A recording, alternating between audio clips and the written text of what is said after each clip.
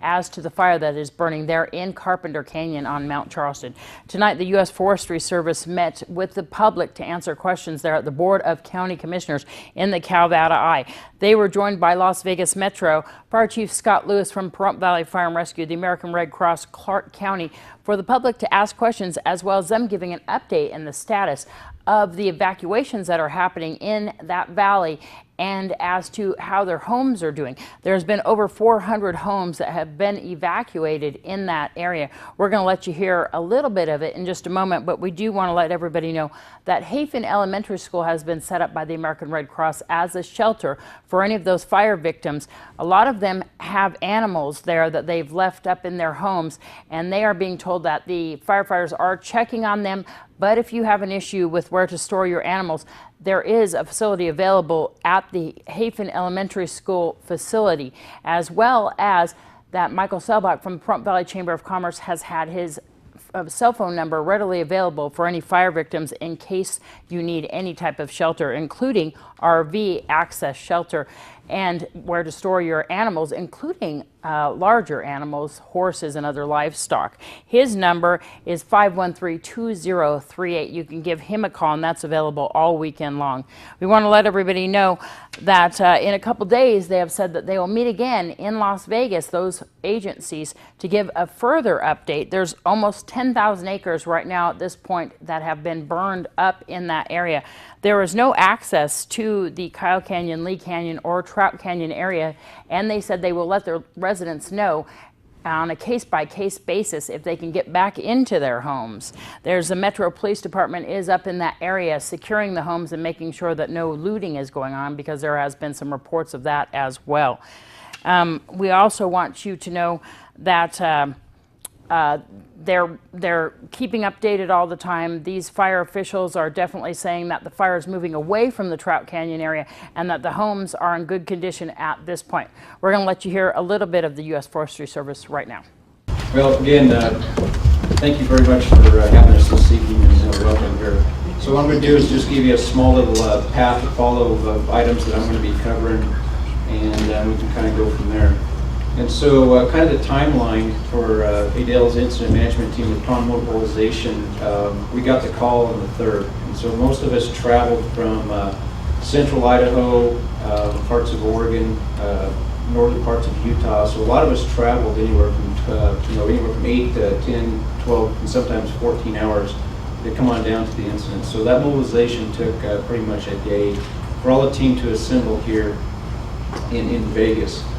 We had an in-briefing at the Forest Service office here, 1900 on the 3rd, and so we got a very good in-briefing with the local home unit, with Randy and his fire management staff, and the natural resources and things of, we kind of got our marching orders per se, covered the objectives.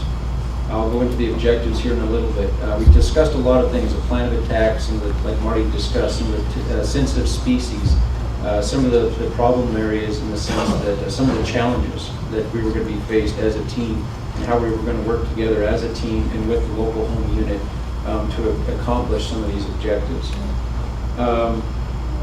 On the 5th, the morning of the 5th, this morning, the incident management team, we actually took over the incident. So command control is our incident type 2 team underneath Adele. So let me back up just a bit. On the 4th was what we call the shadow day.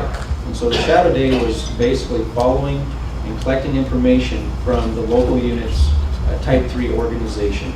So type 3 organization is basically the level of incident, the level of complexity that the fire is at. And so I'd like to tag on just exactly what Randy said. His organization that was at the local unit here, they did a phenomenal job. Most of us here sitting at this table, like Marty mentioned, that has been doing this, we've been doing this for 25 years, and they did a remarkable job, and I definitely got to take my hat off to them. They shared a great deal of information to us. They gave us a very good foothold to build upon, starting this morning with our incident management team. So I definitely have to applaud the whole unit's skill level and operational needs to help get in and around Trout Canyon and deal with the fire behavior the conditions that the firefighters were in, looking out for their safety as well as the safety of the individuals that were actually in Trout Canyon itself, as well as the structures. So what I'm going to go into now is just a little bit of the current situation.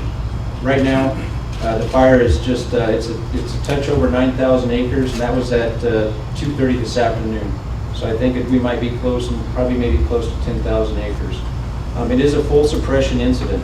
So we are going after this thing where it is safe for us as a team to go after this. We want to fight the fire on our terms. You know, we want to be in the driver's seat. We don't want to be caught back on our heels. We don't want to be in the defense mode.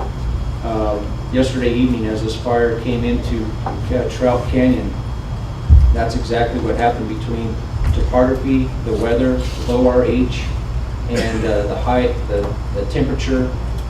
You know, it's fire season, and that thing, any material out there that wants to burn, it is wanting to burn, and it is burning. We had multiple aircraft working with the Type 3 organization with the heavy air tankers that drops retardant.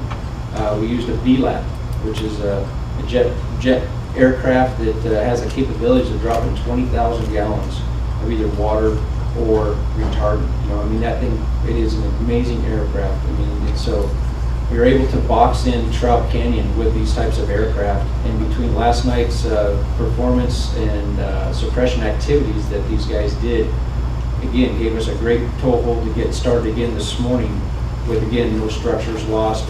Evacuations did take place. Everybody was very cooperative in coming out of Trout Canyon. You know, so again, you know, that is a success. The success for us is one where there's nobody hurt, no accidents, working with the public, whether it's interior with these values at risk, these small communities, that's a success. So I'll kind of talk a little bit about the values at risk or some of the communities and where we're at now. So Trout Canyon, excuse me. So it is fully evacuated, and it is they're doing a phenomenal job in and around the community using hose lays, hand lines, working off this retardant lines, and using fire to fight fire. There is a fuel break that's in and around Trout Creek that the federal agencies work together, I believe. Randy, is that correct? Yep. It was a between the BLM and the Forest Service. They got together. They did put a fuel break in and around the community.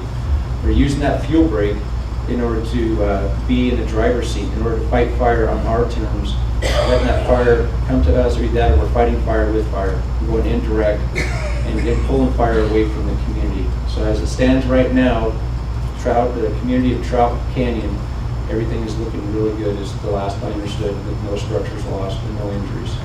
Okay.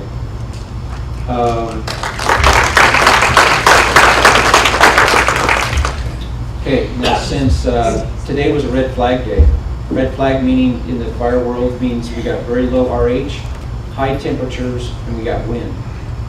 Today the wind was estimated to be at 35 miles an hour in some of the places on the incident. So you align those three elements together, and you're going to have, the fire is going to become very, very active. The fourth and fifth element is you add the topography aligned with the wind, and then the fire is going to follow the path of least resistance. And that's where you may be seeing some of the smoke you see out there is the fire is aligning itself with the wind at its back, and it's pushing it up some of these smaller drainages, and it's burning out some of the bowls, and it's working its way to, I believe it's called the South Loop Ridge. It sits above Kyle Canyon. So that's where you're seeing a lot of the smoke. This evening, the fire has moved into level canyon up towards the very top end of that thing, and that's where you probably see the smoke you see now on the south end of the fire. So with being said that, as yesterday afternoon, the fire did work its way to South Loop Ridge, and it did get itself established into the Kyle drainage. Guys, we all know that Kyle drainage is very steep, much like the terrain that is much around Trout Canyon. It's very inaccessible. It's way high on the ridge line.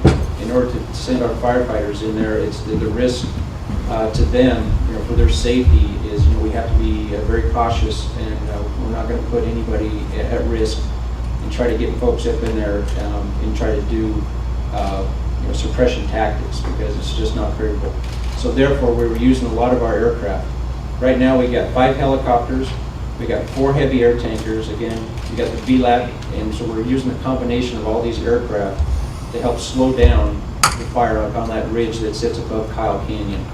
So by slowing this fire down, it gives us a period of pause. It slows the things down so that one, outside of the work that's being continually done in Trout Canyon, we can again assess and come up with a solid plan that's going to take place in Kyle Canyon. Now, Kyle has been evacuated. That was done by the Metro Police Department, I believe. And so to our knowledge, between Kyle and Lee Canyon, there was roughly about 520 residents with approximately maybe 400 homes. A lot of movement going on with personnel, with a lot of consideration, and the Metro Police Department decided to do that evacuation, and they did it with no injury, no accidents, and people were very, very cooperative. And so I got to take their hats off to those residents that were cooperative and allowed us to do what we needed to do.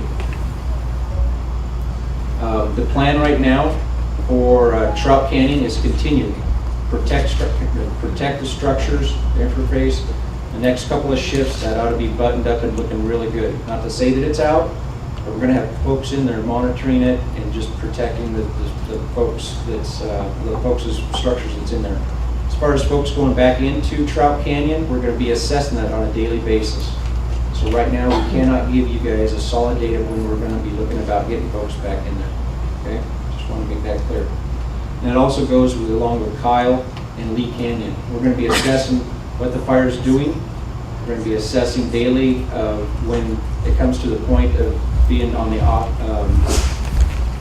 offensive side of things as that fire comes down off the mountain. And we do have, I believe we have close to 15 engines. I think we have close to 15 engines, and that includes wildland engines from the Forest Service, as well as structural engines that we got on loan from the Clark County. They've been a great cooperator, as Randy alluded to. So as that fire comes down into Kyle Canyon, will give us an opportunity to, one, work it with aircraft up on top to kind of delay it, kind of stall it. Again, we're continuing having low RHs, high temperatures, and with winds. And so with that steep topography, with gravity, things want to roll out and work its way down into Kyle community. So therefore, we're going to continue looking at putting up sprinkler systems, working at pumpkins, like 2,000-gallon apparatuses that hold water that we're going to be pumping out of.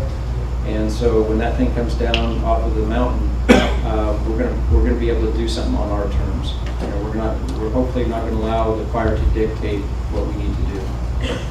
That currently right now is our plan for Kyle Canyon. And then as the fire either moves north into Lee, we're going to still do the same thing. We're going to assess it, take a look at opportunities to fight the fire on our terms. And once again, that was the U.S. Forestry Service who was giving an update on what is going on the Carpenter Canyon 1 fire. That's what they're calling it at this point. And in the Kyle Canyon, Lee Canyon, and Trout Canyon areas up there on Mount Charleston. The homes at this point, they're saying, are secure. The fire is moving away from them. There's up to 10,000 acres that have burnt so far. And they say that they're going to meet again in a couple days. So it doesn't look like there's any containment in the very near future. But that at least as far as the homes are concerned, that they are secure. There is a shelter set up at the Hafen Elementary School. That's on the south end of town off of Hafen Ranch Road. There is facilities available for animals, and if you need any further help, you're urged to call Michael Selbach from the Pahrump Valley Chamber of Commerce. That's 513-2038. We do want to let everybody know that here on Local Pahrump, which is KPVM's website, you're urged to contact, to go on the web and find out any updates that'll be coming through the weekend. We'll, of course, get you updated and up to speed on Monday on our newscast, but Local Pahrump will keep updating as much as we can. And if there's any other breaking news, of course, we'll come to you and break into any programming. Thank you so much.